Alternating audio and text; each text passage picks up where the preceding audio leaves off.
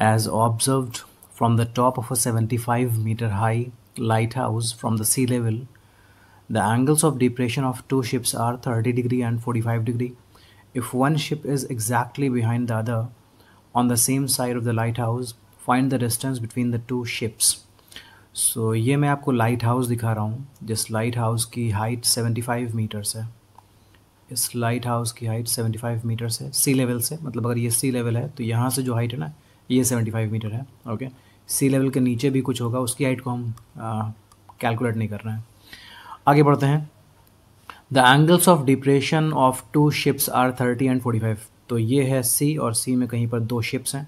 Okay, ये ship ए है और ये शिप बी है। इन दो शिप्स के लिए जो एंगल ऑफ डिप्रेशन बन रहा है वो 30 डिग्री एंड 45 डिग्री बन रहा है। तो कहाँ से बन रहा है? टॉप से बन रहा है। ओके, देखें टॉप से बन रहा है। तो पहले आप टॉप पर आ जाएं और टॉप से एंगल ऑफ डिप्रेशन को समझने के लिए आप सबसे पहले टॉप से हॉरिजॉन्टल लाइन ड्रॉ करो।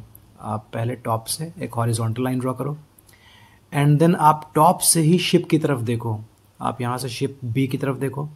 ओके, तो ये जो एंगल ऑफ डिप्रेशन है ये शिप बी के लिए है टॉप से। आई होप समझ पा रहे हैं आप। ये जहाँ से आपको एंगल ऑफ डिप्रेशन समझना होता है वहाँ से पहले आप एक हॉरिजॉन्टल लाइन ड्रॉ करते हैं, ये हॉरिजॉन्टल है। देन आपको ऑब्जेक्ट की तरफ देखना है, ऑब्जेक्ट हमारा शिप है, हम शिप की तरफ देखेंगे। अब इस हॉरिजॉन्टल लाइन और इस लाइन ऑफ साइट के बीच जो एंगल बनेगा, आई मीन जो ये एंगल बनेगा, इसे हम बोलते हैं एंगल ऑफ डिप्रेशन। तो ये एंगल ऑफ डिप्रेशन एक शिप के लिए 30 डिग्री है, एक शिप के लिए 45 डिग्री है। जो शिप दूर होगी उसका एंगल कम होगा और जो शिप पास होगी उसके लिए एंगल ऑफ डिप्रेशन ज़्यादा होगा। तो इस वजह से this angle will be 30 degree. I hope ये क्लियर है। ओके, आगे बढ़ते हैं। दूसरी शिप के लिए 45 डिग्री है एंगल ऑफ डिप्रेशन और देखा वो भी टॉप से जा रहा है। तो आप टॉप से एक हॉरिजॉन्टल लाइन ड्रॉ करो जो कि ऑलरेडी ड्रॉ हो चुकी है। अब आप इसी टॉप से ए की तरफ देखो और इनके बीच जो ये एंगल बन रहा है ये पूरा एंगल 45 डिग्री है। ठीक है ना। अब मैं इस पॉइंट का नाम टी रख लेता हूँ, टी फॉर टॉप, एंड इस पॉइंट का नाम रख लेता हूँ सी रख लेते हैं। ओके, अब आप देखें ये जो आपने लाइन ड्रॉ की है ये हॉरिजॉन्टल है और जो ये सी लेवल है ये भी हॉरिजॉन्टल है। ये दोनों लाइंस हॉरिजॉन्टल हैं। दो हॉरिजॉन्टल लाइंस आपस में हमेशा पैरेलल होती हैं। तो ये दोनों हॉरिजॉन्टल लाइंस आपस में पैरेलल हैं। अगर ये पैरेलल हैं तो this angle and this angle will be equal, क्योंकि ये दोनों एंगल्स ऑल्टरनेट हो जाएंगे। तो ये एंगल हो गया 30। ये एंगल 30 इसलिए नहीं है क्योंकि ये एंगल ऑफ डिप्रेशन या एलिवेशन है। ये इसलिए इक्वल है क्योंकि this angle and this angle are alternate angles, parallel lines की वजह से। इसी तरह आप देखें this line is parallel to this line और इनके बीच में ये है ट्रांसवर्सल, ये लाइन है जो पैरेलल्स को ज्वाइन कर रही है। तो this angle 45 will be equal to this angle, मतलब ये एंगल भी 45 डिग्री हो जाएगा। आई होप ये भी क्लियर है आपको। ठीक है जी।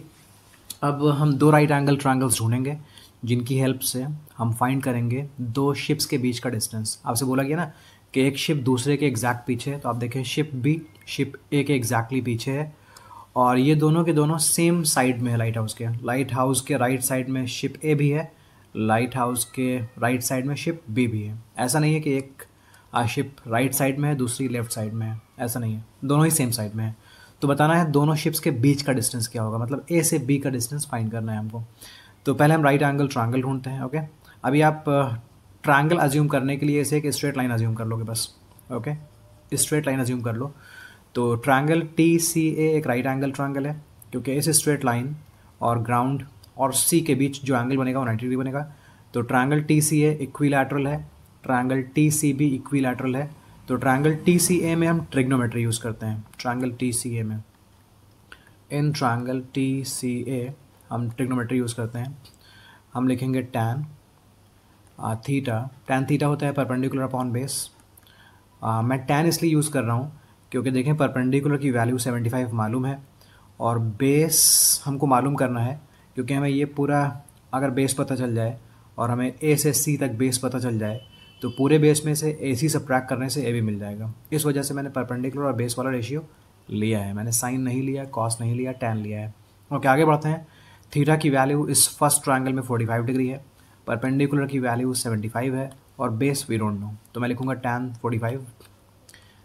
45 is equals to perpendicular 75 and base मुझे पता नहीं है, मैं बेस की जगह ए सी लिख दूंगा, ए सी लिख दूंगा। tan 45 की वैल्यू 1 होती है, इज़ इक्वल्स टू 75 अपॉन ए सी। मैं डिस्क्रिप्शन में एक लिंक डाल दूंगा जिसमें ट्रिग्नोमेट्रिक टेबल गिवन है और उसको लर्न करने की ट्रिक भी लिखी हुई है। क्रॉस मल्टीप्लाई कर लो, आपको ए सी की वैल्यू 75 मीटर मिल जाएगी। तो ए से सी तो मिल गया। अब चलते हैं दूसरे राइट एंगल ट्रायंगल में, और दूसरा राइट एंगल ट्रायंगल है T C B. T C B right angle triangle है। टी सी बी में लगाते हैं ट्रिग्नोमेट्री और tan ही यूज़ करेंगे यहाँ। In triangle T C B हम लिखेंगे tan। थीटा की वैल्यू यहाँ 30 डिग्री है, परपेंडिकुलर यहाँ पर ये है मतलब टी सी मतलब 75, तो मैं डायरेक्टली लिख देता हूँ 75 अपॉन बेस जो है इस पूरे ट्रायंगल में बेस बी सी है, तो मैं यहाँ पर बी सी कॉपी कर लूँगा, बी सी कॉपी कर लूँगा। अब tan 30 की वैल्यू 1/√3 होती है एंड ये 75 है, this is B C. Cross multiply करोगे तो बी सी की वैल्यू आपको मिलेगी 75√3। ओके, तो आपको बी सी की वैल्यू मिल चुकी है, ए सी की वैल्यू मिल चुकी है। अगर आप बी सी में से ए सी सब्ट्रैक्ट करो तो आपको दो शिप्स के बीच का डिस्टेंस मिल जाएगा। दो शिप्स के बीच का डिस्टेंस ए बी है। अगर आप 75√3 में से सब्ट्रैक्ट कर लो, 75√3 में से सब्ट्रैक्ट कर लो 75, तो आंसर मिल जाएगा आपको 75। ओके, आप यहाँ 75 कॉमन ले सकते हो, ये बचेगा √3 -1 मीटर्स। तो ये है दोनों शिप्स के बीच का डिस्टेंस। लेकिन अगर आप इसे और सिंप्लीफाई करना चाहें तो आप √3 की जगह लिख सकते हैं 1.732 -1, ये बनेगा 75 मल्टीप्लाइड बाय 0.732। आप इन्हें मल्टीप्लाई कर लो, आपको आंसर मिल जाएगा। आई होप ये क्लियर है। If there is any kind of confusion please write in the comment section. Thank you.